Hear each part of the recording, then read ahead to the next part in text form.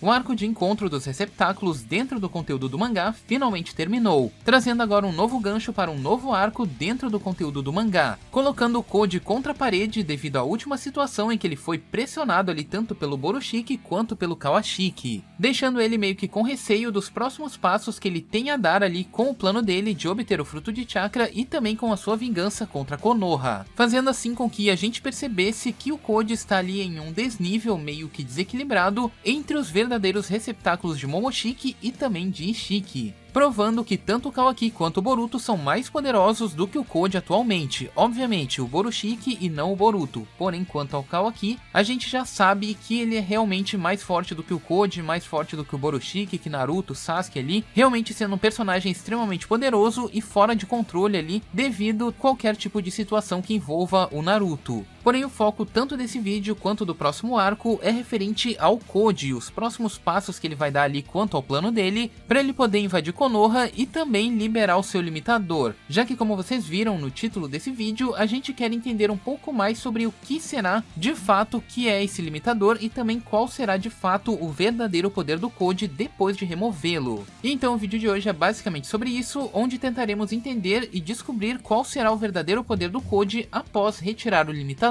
Dito isso então, bora lá conferir o vídeo de hoje que ele tá bem interessante.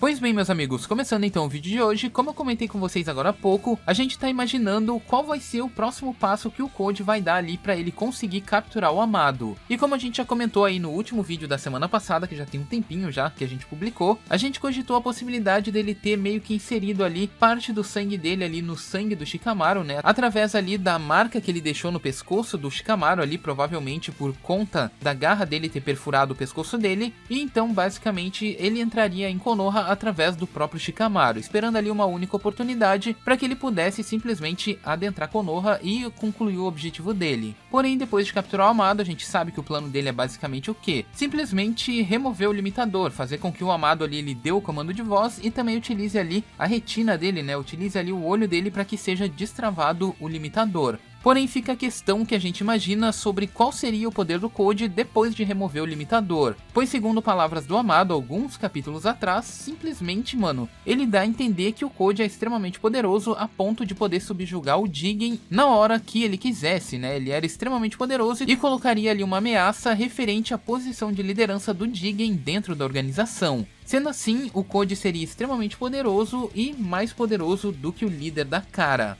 Porém, em qual contexto esse poder seria aplicado? Porque, segundo palavras do Amado, ele diz que o Koji ele passou por um processo ali extremamente violento, né, assim como o Kawaki, para ele poder obter o karma, e ele acabou sobrevivendo devido ali mais ou menos à sua extrema lealdade com o clã Otsutsuki. Sabendo disso, a gente foi jogado ali em uma situação em que a gente imagina que o poder total do Koji simplesmente ele é algo que está além do poder ali do karma, né? Estaria além do poder ali do limite que a gente viu com o Kawaki, o que simplesmente, cara, é algo meio estranho de se pensar, por assim dizer, porque indo por esse caminho a gente imagina que seria algo extremamente forçado. Simplesmente o Koji ele é um receptáculo imperfeito, tem o karma para ser utilizado como uma arma, apenas como uma ferramenta, e ele teria um karma mais poderoso do que o karma original do Kawaki, que é capaz de não somente utilizar as habilidades do Otsutsuki, como também simplesmente utilizar a transformação e também os poderes. Então, vendo por esse lado, qual seria o sentido do Koji ser mais poderoso do que o Jigen, mais poderoso do que o Kawaki e mais poderoso do que simplesmente todo mundo? Apenas ele ser um receptáculo falho que foi uma anomalia? Cara, honestamente falando, esse ponto ele não me convence, ele é um ponto extremamente forçado e que eu gostaria que não fosse dessa forma. E segundo palavras do Amado, ele disse que o poder do Koji era tanto que todos os internos ali da Kara que foram modificados por ele, que sofreram alterações ali na sua base genética, eles foram simplesmente bufados, ganharam melhorias, como no caso do Victor, no caso da Delta, no caso do Boro e por aí vai. Só que no caso do Koji, o Amado se refere a ele meio que como sendo o único interno que recebeu modificações para que ele pudesse reduzir o poder dele. Só que isso é meio curioso porque não bate com a informação que a gente viu. Porque se vocês pegarem o Code para analisar, até bate essa informação aí do Amado junto com ele. Com relação ao limitador, realmente ele tem um limitador, ele tem uma parada ali que vai reduzir os poderes dele ali, por assim dizer, só que não bate com a informação que o Amado falou pra Konoha. O Amado simplesmente chegou pra eles e disse assim: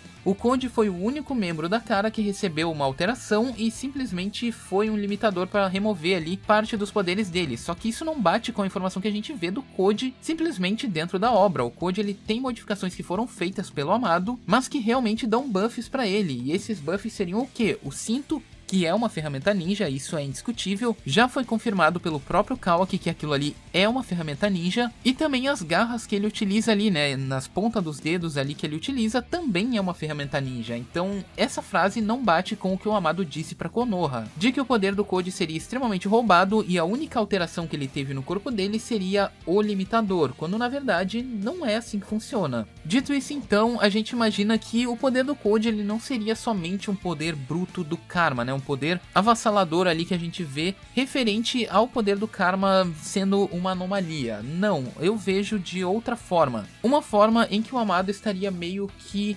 escondendo algumas coisas ali, inclusive sobre o Code. Eu não vou afirmar isso, é apenas uma teoria, é apenas uma suposição, mas eu diria pra vocês que faria muito mais sentido e bateria com a informação de que o Amado disse ali também pra Konoha que ele havia criado ciborgues que seriam mais poderosos do que o Jigen, e até o momento a gente ainda não viu isso. A gente ainda não viu esses ciborgues. Obviamente tem o Daemon e tem a Ada, sim, eles têm habilidades que seriam complicadas pro Ishiki lidar? Realmente seriam. A Ada tem ali o fascínio, tem ali o Sharingan, que não dá pra saber se é uma ferramenta ou não. O Daemon tem uma reflexão ali, mas também ele é um personagem meio que neutro, além daquilo ali ele não mostrou nada demais. E então a gente imagina que esses ciborgues que foram criados pelo Amado, né, que foram alterados pelo Amado e que foram descartados por ordem do Jigen, a gente imagina que eles não apareceram e que na verdade esse ciborgue seria o Code. E então o poder do Code, mano, teoricamente ele não seria ali baseado totalmente no Karma, até porque, mano, seria extremamente forçado um Karma falho ser mais poderoso do que o Karma do Kawaki, que é um Karma perfeito, teve extração Otsutsuki, carrega ali uma transformação também, carrega também os poderes do Doujutsu do Otsutsuki original, carrega também o núcleo do Karma e também todas as outras habilidades que o Karma possui, absorver ninjutsu e por aí vai, portal dimensional e tudo mais. Então eu não vejo um cenário em que o Karma do Code simplesmente seria mais poderoso do que um Karma original apenas porque sim, apenas porque ele é o Code e foda-se.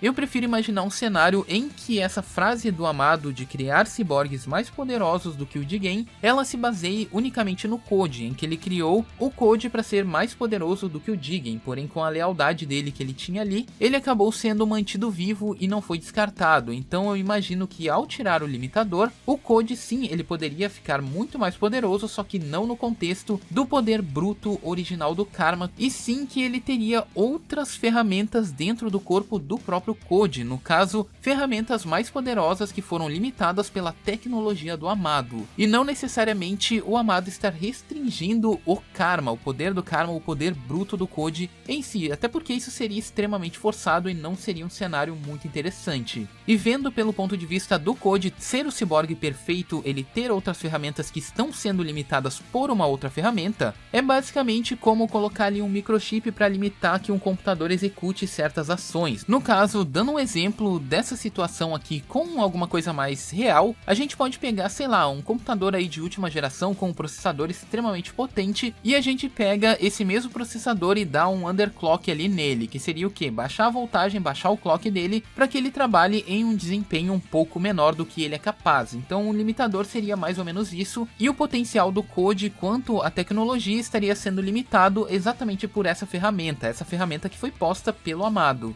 Então seria até mais lógico uma ferramenta poder simplesmente limitar outra ferramenta. Nesse caso o Code teria acesso, né, ou poderia ter acesso a outros poderes, outras ferramentas que estariam nele, como no caso de, sei lá, mano, outros poderes ali criados pelo Amado, ou ferramentas que ele já tinha criado, por exemplo, no Boro, na Delta, e ser aplicadas a ele, ou outro tipo de ferramenta e poderes que ele poderia ficar mais poderoso por ter novos poderes e ferramentas, ou simplesmente o poder ali das ferramentas que ele mesmo possui, elas aumentariam drasticamente, no caso as garras e o cinto. Só que obviamente por conta da tecnologia e da ferramenta, e não necessariamente por conta do Karma. Até porque, se vocês notarem bem, o único ponto que realmente ele precisa aumentar o poder dele ali quanto às ferramentas é poder fazer um cinto muitas vezes maior, porque como a gente viu aí no último capítulo, quando o Kawaki reduziu o cinto dele ali a praticamente nada, né, deixou ali um cinto bem pequenininho ali jogado ali no meio do chão, o Code ele não conseguiu passar. Então, para que o Jubi passe por dentro de um cinto desses, ele tem que ser simplesmente aumentado muitas vezes, né, aumentado ali de uma forma extremamente relevante para que o Code consiga simplesmente passar o Jubi por dentro daquele cinto. Então, a partir do momento que ele não consegue fazer isso, ele não vai conseguir dar o próximo passo ali para executar o plano dele. Então, ele fica meio limitado quanto a isso, dependendo obviamente do limitador, para ele poder aumentar os poderes dele quanto à ferramenta ninja.